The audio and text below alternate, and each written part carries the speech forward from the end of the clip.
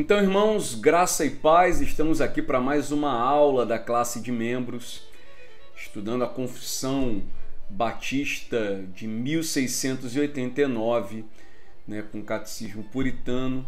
Estamos agora no capítulo de número 26 para falar sobre a igreja. Esse é um capítulo muito longo, então nós vamos dividir em pelo menos duas partes esse capítulo, já que nós queremos caminhar pela Sagrada Escritura, orientados por essa confissão, mas também trazer algumas citações sobre os assuntos que acreditamos ser de grande proveito para a edificação dos irmãos.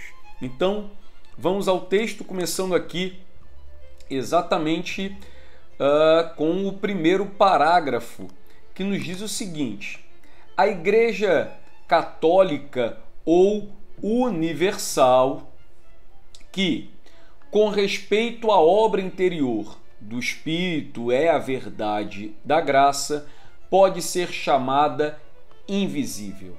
Consiste de todo o número dos eleitos que, preste atenção aqui nisso, como isso aqui é muito interessante, que foram, são ou serão reunidos em um só corpo sob Cristo, o cabeça dela. Ela é a esposa, o corpo, a plenitude daquele que cumpre tudo em todos. Então vamos lá. O primeiro ponto que temos sobre a igreja é exatamente falar que é a igreja católica ou universal. Isso é muito interessante, O que é, católica? Católica é uma expressão usada para falar de universal, é exatamente o sinônimo de universal. Então, pela palavra católica, embora os católicos romanos, eles meio que se apropriaram desse termo, a palavra católica faz referência ao universal. Então, a igreja de Jesus é uma igreja católica, é uma igreja universal, está espalhada pelo mundo. E João Calvino, no seu segundo livro das Instituições da Religião Cristã, ele traz 4 pontos que ele entende ser 4 pontos essenciais que falam sobre a Igreja Universal. E o primeiro ponto, ele diz o seguinte: olha, a Igreja Universal é toda a multidão daqueles que recebem acordadamente a verdade de Deus e a doutrina da sua palavra, seja qual for a diversidade ou a nacionalidade, a distância das regiões.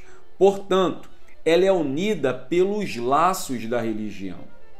No segundo ponto, ele diz sobre esta Igreja Universal: as igrejas distribuídas por vilas e cidades estão de tal modo incluídas nela que cada uma tem nome e autoridade de igreja. Então essa Igreja Universal, que é invisível, como ele citou, ela está espalhada pelo mundo, em vilas, em cidades, em vilarejos, em pequenas comunidades. Em terceiro lugar, as pessoas a ela admitidas por profissão de fé, ainda que verdadeiramente não sejam da igreja, devem contudo ser consideradas membros e devem ser mantidas na igreja, até que venham a ser rejeitadas pelo juízo público, até que sejam identificadas como novas convertidas. É interessante que Calvino entende o seguinte: olha, uma vez que professam a fé, os frutos dessa profissão devem ser vistos. Esses, mesmo que ainda não sejam publicamente reconhecidos como cristãos, passam a fazer parte dessa igreja. E então, no ponto 4, ele fala que essa Igreja Universal, que é uma multidão dos que foram, são e serão, ela tem características. e quais são as características dessa igreja. E é interessante ressaltarmos isso porque as duas características ressaltadas por Calvino sobre, né, a igreja fazem parte de todo esse estudo que nós estamos tendo. Para Calvino, a igreja verdadeira, ela carrega duas claras características. A primeira dela, né, é a pregação bíblica, o ensino bíblico e, em segundo lugar, a correta administração dos sacramentos. Para ele, a Igreja Universal que se espalha pelo mundo inteiro, dos que foram, são e serão chamados, tem como característica a pregação bíblica, a pregação do Evangelho e, consequentemente, aí, a administração correta dos sacramentos. Então, para Calvino, a igreja, né, é uma multidão de pessoas, daqueles que receberam a verdade de Deus, a doutrina de sua palavra, e que, independente de nacionalidade, de região, ela está espalhada pelo mundo, né? Isso está em pleno acordo. E essa igreja, e é aqui precisamos ressaltar isso, ela não é composta por esse grupo local, por esse grupo que se reúne aqui agora. Essa igreja invisível, ela está espalhada pelo tempo, né? Então, o que compõe essa igreja? Os irmãos que vieram antes de nós, nós que vivemos agora e os que virão depois de nós. Essa igreja, ela está sob a autoridade de Cristo. Cristo é o cabeça da igreja, né? A igreja é esposa, é corpo. Vamos lá, né? Hebreus, no capítulo 12, no versículo de número 23, o que o texto diz? A igreja dos primogênitos registrados nos céus, a Deus, o juiz de todos, aos espíritos dos justos aperfeiçoados. Isso é a igreja. Colossenses 1,18 nos diz o seguinte: ele também é a cabeça do corpo, que é a igreja. Cristo é o cabeça da igreja. E o princípio, o primogênito entre os mortos, para que em tudo tenha a primazia, ou o primeiro lugar. Efésios 1, 10, 22 e 23 nos diz o seguinte, né? Para a dispensação da plenitude dos tempos, de fazer convergir em Cristo todas as coisas que estão no céu como as que estão na terra. Também rejeitou todas as coisas debaixo dos seus, também sujeitou todas as coisas debaixo dos seus pés, para que seja o cabeça sobre todas as coisas, e deu à igreja, que é o seu corpo, a plenitude daquele que preenche tudo em todas as coisas. Esse é o nosso Senhor, o cabeça da igreja. Então, avançamos ao ponto de número 2, o segundo parágrafo, que nos diz o seguinte, veja bem: todas as pessoas em todo o mundo que professam a fé do Evangelho e obediência a Deus por meio de Cristo, de acordo com isso, e que não arruinam a sua própria profissão por quaisquer erros de subversão do fundamento ou impureza de conversação, são e podem ser chamados de santos visíveis, e dos tais todas as congregações particulares devem ser constituídas. Então vamos lá. Quando entramos em 1 Coríntios, no capítulo 1, no versículo 2, diz o seguinte: a igreja de Deus em Cristo, aos santificados em Cristo Jesus, chamados para serem santos, com todos os que em todo lugar invocam o nome do nosso Senhor Jesus Cristo, Senhor deles e nosso. Então esse texto ele faz uma clara referência, né, que a igreja é a reunião daqueles que são chamados para serem santos. Então, todas as pessoas, veja bem, em todo o mundo. Isso aqui é algo Maravilhoso, né? Todas as pessoas em todo o mundo que professam a fé do Evangelho e obediência a Deus por meio de Cristo, né? Essas pessoas são chamadas santas. Pessoas que preservam a sua, né, profissão de fé. Pessoas que preservam a sua vida no Senhor. Pessoas que, né, se afastam da subversão do erro. Essas podem ser chamados santos visíveis, né? E tais pessoas, né, se reúnem numa congregação particular. Nós então avançamos ao ponto 3. As igrejas mais puras debaixo do céu estão sujeitas à mistura e ao erro. Esse é um ponto interessante, irmãos. Não existe igreja sem defeito. Não existe igreja tão pura a ponto de não ter erros. Calvino, ele aponta isso muito bem. Quando ele fala da genuína igreja, quando ele nos apresenta isso ainda no segundo volume das Instituições da Religião Cristã, ele nos faz conhecer que não existe igreja sem defeito, não existe igreja perfeita. Muito embora, né, a igreja ela possa ministrar a palavra e corretamente os sacramentos, ela pode ter erro. Ele fala o seguinte, olha,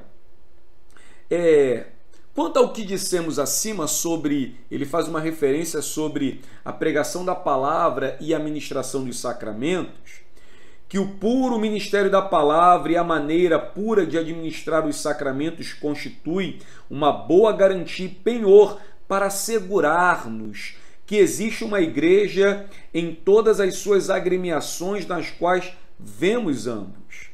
Devemos reconhecer nisso tal importância que não devemos rejeitar nenhuma assembleia que os mantenha e os pratique, ainda que esteja sujeita a numerosos erros. Olha, não existe igreja perfeita. E isso é interessante ressaltarmos, que embora as igrejas possam buscar santidade, devem buscar, andar de modo digno do Evangelho e devem buscar isso, a igreja é composta por pecadores redimidos. E vez por outra, essa natureza pecaminosa, ela aparece. E é por meio da graça de Deus.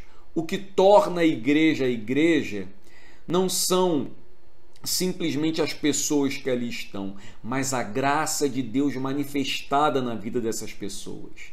O amor de Deus, o poder do Espírito Santo fluindo através da vida dessas pessoas. Isso é algo que precisamos notar e aprender, irmãos. E aqui nós temos um texto maravilhoso para falar disso, né? Lembra que nós acabamos de ler, né, 1 Coríntios 1, versículo 2, que fala os santos chamados para serem santos, os que em todo lugar invocam o nome do Senhor. Paulo começa a carta à igreja de Corinto chamando essa igreja de santa e uma igreja chamada para ser santa. Mas Paulo vai tratar, já a partir do primeiro capítulo, diversos problemas dentro da igreja.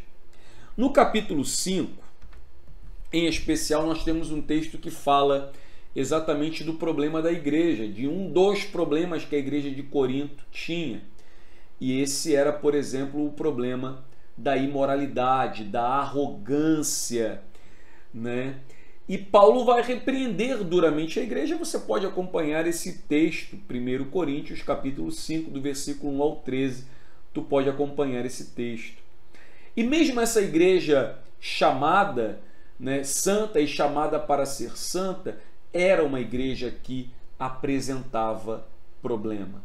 Nós temos isso em Apocalipse, né, no capítulo 2 e 3, como aqui nós temos a referência. Você pode ler também lá, né, acesse e leia isso, né, seja falando na igreja de Éfeso, seja falando a igreja de Laodiceia. O Senhor está sempre confrontando aquelas igrejas que foram chamadas por Ele, mas que em algum momento dessa caminhada, né, perderam-se no Evangelho. Então, nós temos o texto de 2 Tessalonicenses 2, 11 e 12, né, que nos ensina algo muito valoroso. E eu queria, inclusive, né, citar esse texto aqui para falar sobre o seguinte. Ele vai dizer que essas igrejas que debaixo do céu, né, buscaram ser puras, estão sujeitas ao erro. E aí aqui o autor da confissão, ele chega a dizer o seguinte: olha, essas igrejas podem se degenerarem ao ponto de se tornarem sinagogas de Satanás. Isso é algo muito forte. Imagine que uma reunião de santos, né, ela começa a se desvirtuar por qualquer que seja o motivo, e ela pode vir se tornar uma sinagoga de Satanás. Mas ele salienta, no entanto, veja bem, no entanto, Cristo sempre teve e sempre terá um reino neste mundo. Irmão, o que isso aqui nos ensina? Que embora a igreja ela possa, nessa caminhada, se desvirtuar, ela possa, nessa caminhada, perder o rumo, Cristo preserva os seus eleitos. Cristo preserva a sua igreja imaculada, mesmo, por exemplo, dentro de um ajuntamento que se desvirtuou. É importante confiarmos no Senhor que preserva os seus eleitos. Continuamos aqui. Então avancemos ao ponto 4, que diz o seguinte: o Senhor Jesus Cristo é o cabeça da igreja. Isso é claro. Em quem, pela designação do Pai, todo o poder de chamado, instituição, ordenação e governo da igreja está investido de uma forma suprema e soberana. Cristo é o cabeça da igreja, não há outro cabeça na igreja. E aqui ele vai fazer uma referência ao Papa de Roma, né, dizendo que esse não pode ser o cabeça da igreja e referindo-se que esse seria então o anticristo. E aí nós temos aqui uma nota de rodapé que discorda, né, exatamente dessa ideia de ligar ao título de Papa o anticristo com a figura escatológica. Você pode acessar isso depois e fazer essa leitura. Cristo é o cabeça da igreja, a igreja só tem um único cabeça, não há outro, né? Não há outro a quem devemos nos sujeitar. Contudo, Cristo institui líderes sobre a sua igreja, que não são o cabeça da igreja ou se tornam o cabeça da igreja, mas são pessoas que conduzem o santo rebanho do Senhor, né? E estão sujeitos à autoridade de Cristo Jesus. É o Senhor quem faz isso e não outro. Eu quero aqui avançar, já que eu acho que o ponto 4, né, é muito claro. Podemos, por exemplo, aqui consultar aquilo que nós já lemos nos pontos anteriores, nos parágrafos anteriores, mas que está aqui, Colossenses 1,18. Ele também é o cabeça do corpo, que é a igreja, é o princípio, o primogênito dentre os mortos, para que em tudo tenha a primazia, né? Ele é o cabeça da igreja e a igreja não tem outro cabeça. Ponto de número 5. Na execução desse poder com que ele é assim confiado, o Senhor Jesus chama do mundo para ele mesmo. Olha que coisa maravilhosa.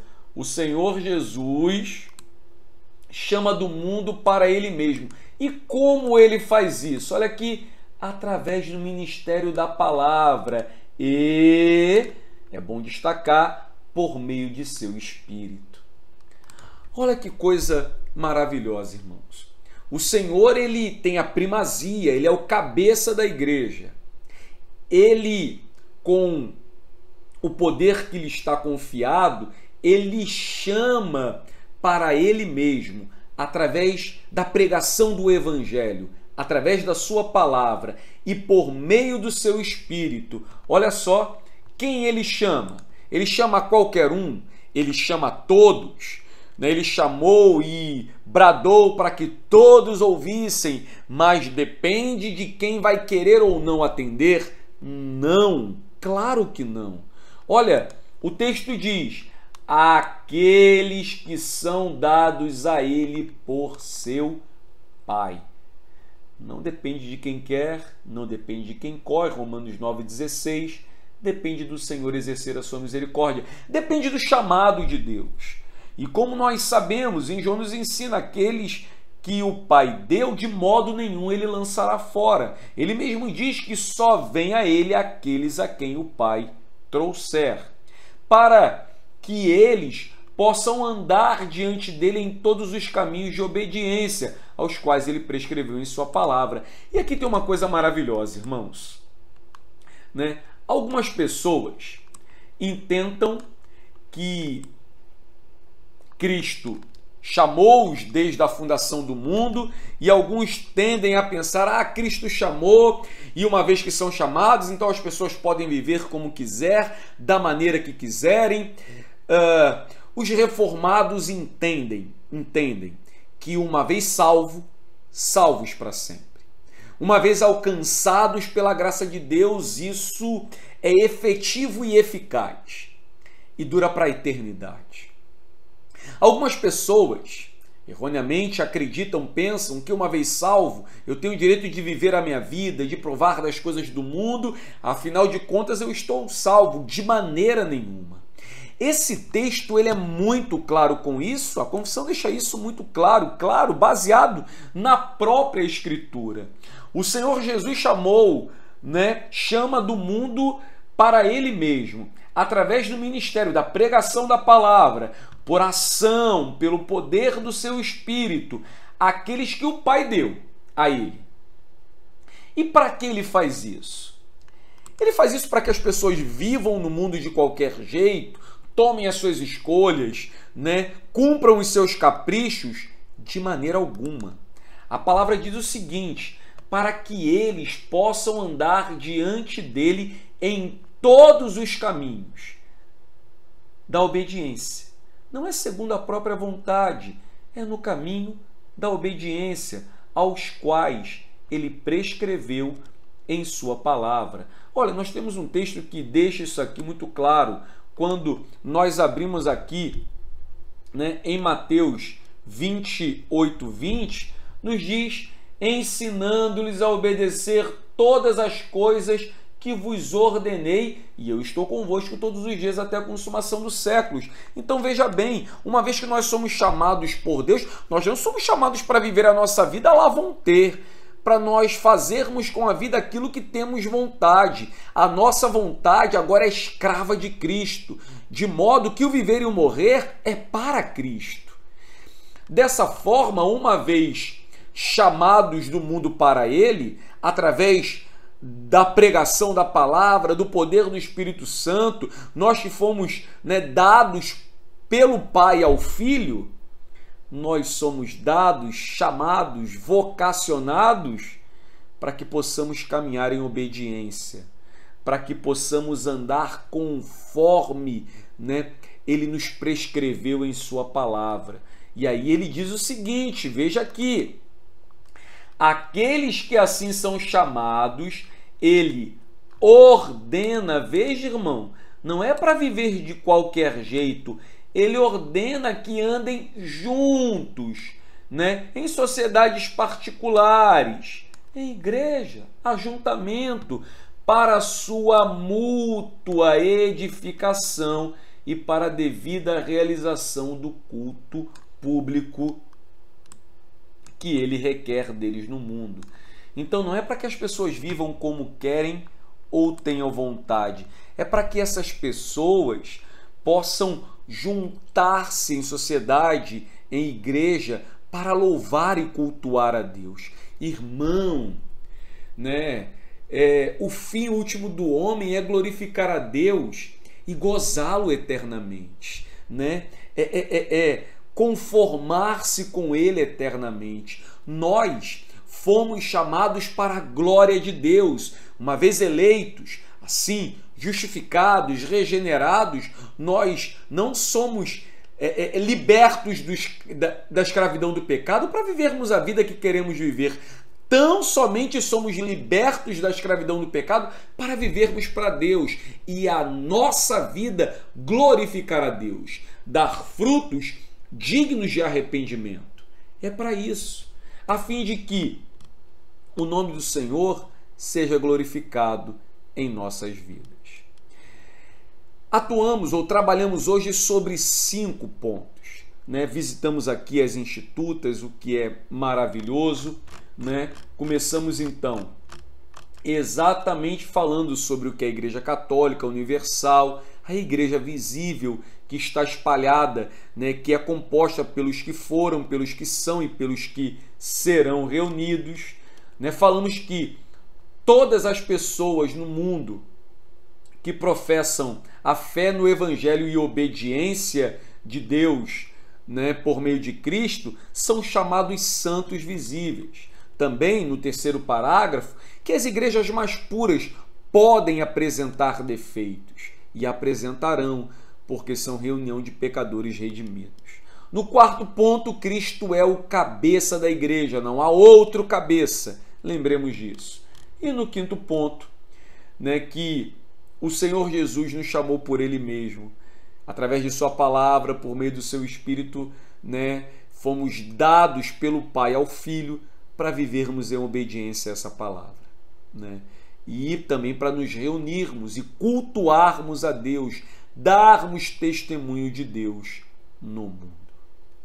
Que aula maravilhosa, né? Que Cristo Jesus lhe abençoe. Nós continuamos exatamente esse capítulo tratando, né, os demais parágrafos. Cristo lhe abençoe. Até mais.